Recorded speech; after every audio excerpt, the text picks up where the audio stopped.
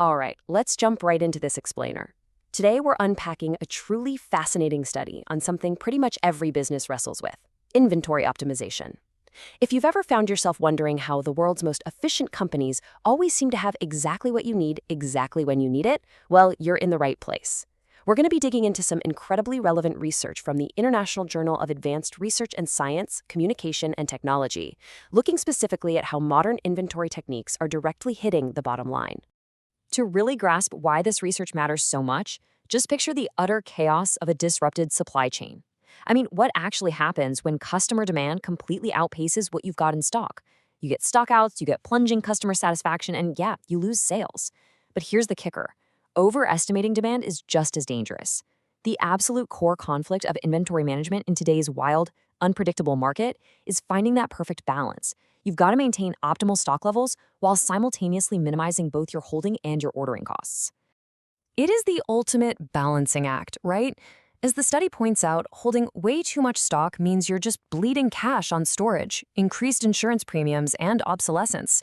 Basically, you run the risk of getting stuck with a warehouse full of, say, 2017 fidget spinners that literally no one wants anymore.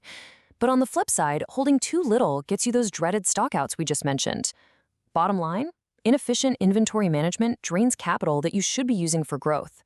Organizations are under immense pressure to figure this out, purely because inventory-related costs make up a huge chunk of total operational expenses.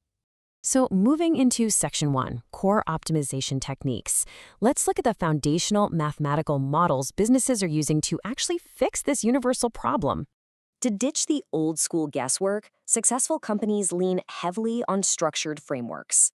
First step is EOQ, or Economic Order Quantity. You can think of EOQ as the formula for finding the absolute Goldilocks zone of purchasing. It calculates just the right amount of stack to order at exactly the right time. The whole goal here is mathematically minimizing the total costs tied to both ordering the inventory and holding it. Now, while traditional EOQ used to assume demand was always steady, the modern adaptations account for real-world headaches, things like variable demand, potential shortages, and lead time uncertainties. It really remains a crucial tool for cost optimization. Then we have JIT, or just-in-time inventory. This is a much leaner approach. It drastically cuts down storage needs by syncing the arrival of goods exactly with actual demand. You get rid of excess inventory entirely because materials arrive strictly when they are needed for production. And the study makes a really important note of this. While JIT systems are incredible for lean operations, they are incredibly sensitive to supply chain disruptions. You absolutely need seamless coordination with suppliers and rock-solid transportation systems to make this work. And finally, there's ABC analysis. This operates on a really simple but brilliant principle. Not all inventory is created equal. It helps organizations prioritize their management efforts by sorting items based on their overall value and strategic importance. This is what stops a company from wasting precious time heavily monitoring cheap, easily replaceable stuff while ensuring their most critical, money-making products are never out of stock. It's kind of like prioritizing your closet, you know?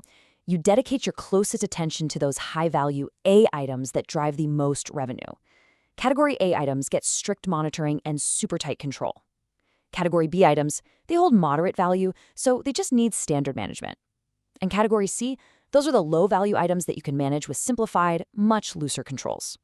By stacking this classification on top of EOQ and JIT, organizations can build a remarkably efficient, integrated optimization model. All right, Section 2, Real-World Cost Efficiency. It's one thing to talk about academic math, but do these frameworks actually work out in the real world? Let's take a look. To answer that, the researchers actually surveyed 112 supply chain professionals. And looking at the data, a strong majority, 57%, have already successfully rolled out these optimization techniques. That tells us businesses are definitely waking up to the necessity of structured inventory management. Now, 25% still haven't implemented them, and 18% are planning to. The researchers did note that small and medium-sized businesses often hit roadblocks here. Things like limited tech access, lack of expertise, or just inadequate infrastructure, which can really slow down adoption. But for those who did implement them, the financial payoff is undeniable. Exactly half of the respondents saw a significant drop in super costly problems like overstocking and shortages. Another 29% saw moderate improvements. So this proves that optimization techniques actively help you hold that delicate balance between supply and demand. However, the fact that a combined chunk only saw moderate or no change tells us something really important. Just knowing the theory isn't enough. The success of this stuff depends heavily on proper planning, solid execution, and nonstop monitoring. Moving on to Section 3, the role of technology. Because to actually pull these strategies off, you've got to have the right digital infrastructure.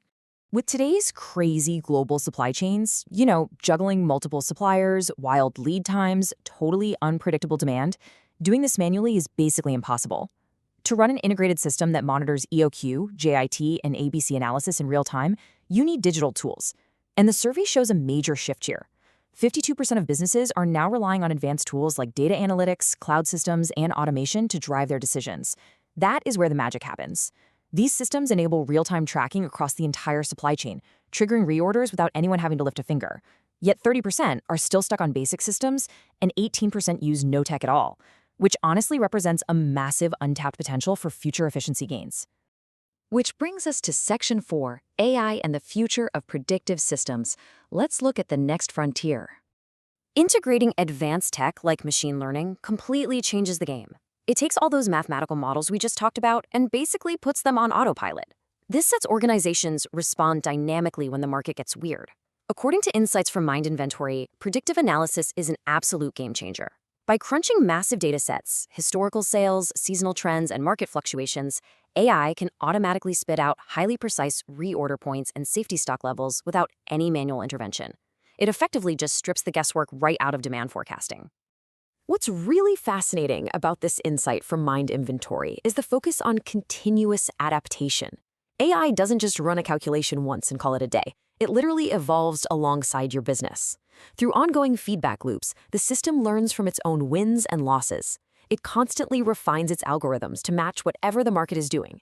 That kind of adaptive capability reduces human error, gives you real-time visibility, and keeps a business agile enough to survive no matter what supply chain nightmare pops up next. So as we make this massive shift from old-school manual spreadsheets to these highly intelligent automated ecosystems powered by AI and heavy mathematics, you really have to ask yourself, are your business operations truly prepared for what comes next? Because the data is crystal clear on this one. Those who invest in systematic, technology-driven optimization are the ones achieving long-term financial stability and a massive competitive edge. Thanks for hanging out with me for this explainer, and I'll catch you on the next one.